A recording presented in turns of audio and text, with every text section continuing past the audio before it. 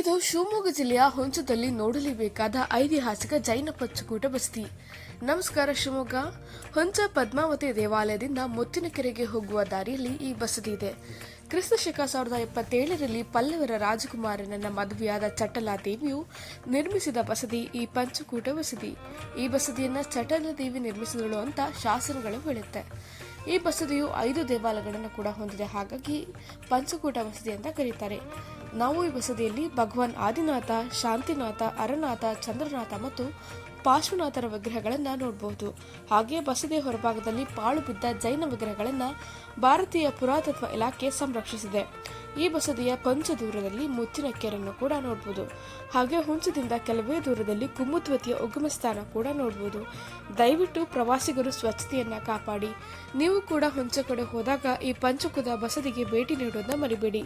ಇದೇ ತರಹದ ಇನ್ಫಾರ್ಮೇಟಿವ್ ವಿಡಿಯೋಸ್ಗಳಿಗಾಗಿ